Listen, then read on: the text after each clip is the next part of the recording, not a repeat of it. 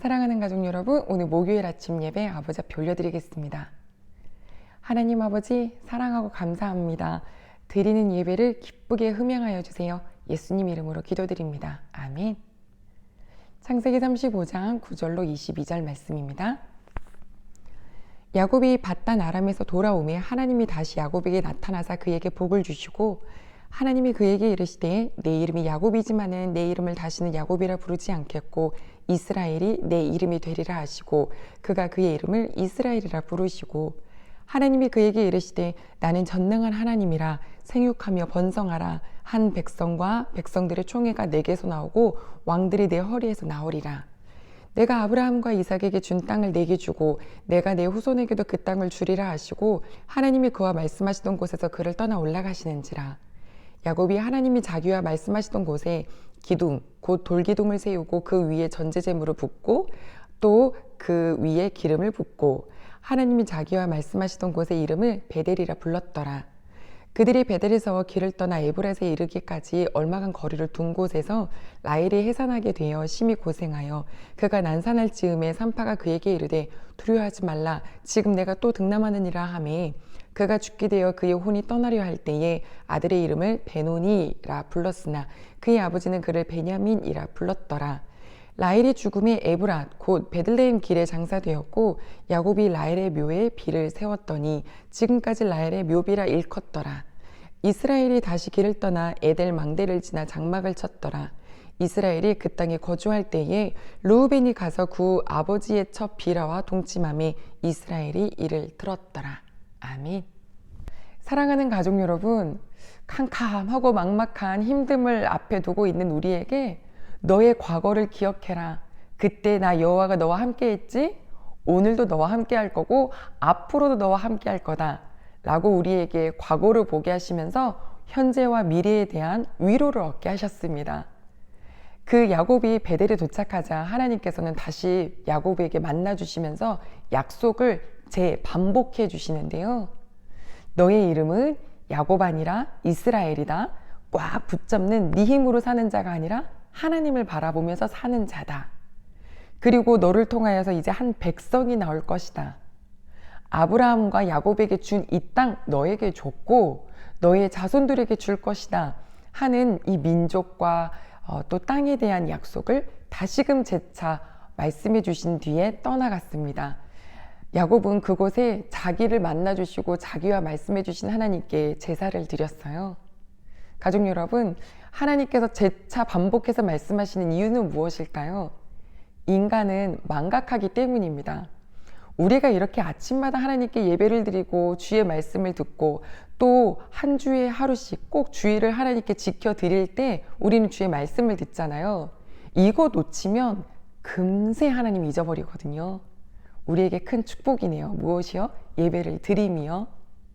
자, 하나님만 바라보는 삶이다. 너는 이스라엘이다. 정말 그럴 수밖에 없는 환경도 주어지는데 오늘 이 35장에는 3명의 야곱과 연결된 사람들이 이제 그 생을 마감합니다. 첫 번째, 8절에 보면 야곱의 어머니 리브가의 유모예요. 리브가가 시집 올 때 함께 왔던 요정 중에 있었겠죠. 그런데 그 유모인 드보라를 지금 장사했다. 누가요? 야곱이요. 그러면서 그곳 이름을 알론바곳이라고 불렀는데 그것은 통곡의 상수리 나무라는 뜻입니다. 그 드보라라는 여인을 장사 지낼 때 통곡했다는 거죠. 성경에 보면 여인들의 죽음이 많이 기록되지 않아요. 특히 지금 이 어머니 리브가는 어떻게 죽었는지 안 나오거든요. 그런데 이 창세기 처음 보는 이 드보라 딱 한 구절에 나오는 이 여인의 죽음을 장사 지냄을 이렇게 기록해 주신 것을 보면 우리는 막 모세, 베드로 어떻게 할까 바울 큼직큼직한 사람들을 기억하고 추종하지만 하나님께서는요 이렇게 야곱 옆에서 그의 의지가 되어주고 도움이 되어주고 따뜻함이 되어주었던 이 한 여인도 하나님은 기억하고 계신다는 뜻 아닐까요? 우리 귀한 가족 여러분, 하나님이 보고 계시고 기억하시는 분이십니다. 야곱은 자기의 정말 의지가 되었던, 마치 외할머니 같기도 했고 어머니 같기도 했고 위로자가 되어줬던 그분을 보내면서 펑펑 울죠. 그리고 또 다시 16절에 보면 그가 가장 사랑했던 여인 바로 라헬, 그녀가 둘째를 해산하면서 이제 그런과 동시에, 아이가 태어난과 동시에 그녀가 생을 마무리합니다. 뭐라고 얘기했냐면 이 고통 중에 낳은 아들의 이름을 베노니라고 불렀다 그랬잖아요. 근데 이 베노니 이름은 뭐냐면 내 고통의 아들이란 뜻이거든요. 그녀가 얼마나 힘들었는지 그 죽음길에서 아들의 이름을 그렇게 부르고 죽었는데, 야곱은 그의 이름을 베냐민, 영어 이름의 벤자민이 베냐민이에요. 이렇게 이름을 바꿔주었습니다. 내 오른쪽의 아들. 오른쪽이란 항상 하나님을 뜻하거든요. 내 오른손으로 너를 붙들리라 하시는 것처럼요.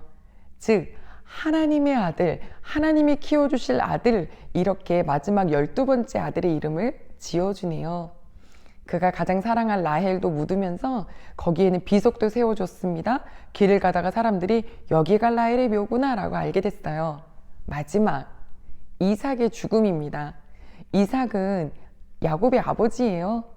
그 수십 년 전에 자기 눈이 이제 안 보이고 그러니까 스스로 생각하기에 내가 죽을 날이 얼마 남지 않았다 라고 해서 에서에게 맛있는 음식을 사냥해서 만들어 와라 라고 했었던 그 말을 했던 이삭이요, 지금까지 살아있어요. 보니까 180세에 죽었는데 그의 아들인 야곱과 에서가 함께 장사를 치러드립니다. 참 재밌죠. 그때 자기 생각에는 이제 내가 인생이 끝이구나 라고 생각했었는데 그 뒤로 40년에서 48년쯤 더 사는 거예요.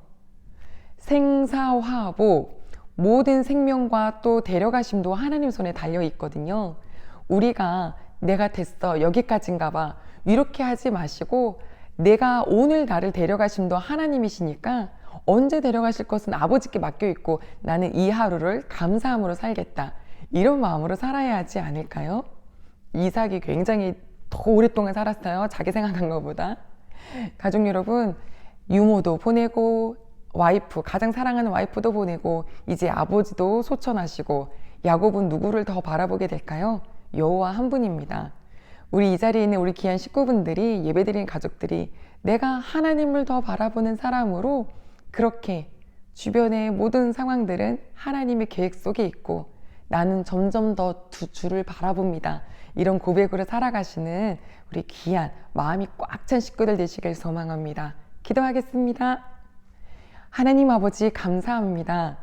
야곱에게 끊임없이 약속을 계속해서 반복해 주셔서 하나님을 기억해 하시는 하나님, 때가 되면 사랑하는 사람들을 떠나보내지만 그러나 그러기에 더 주를 바라보게 하시는 하나님, 오늘 예배드린 모든 식구들이 그 주님과 더 깊은 사귐 있게 하여 주시옵소서. 예수님의 이름으로 기도드립니다. 아멘.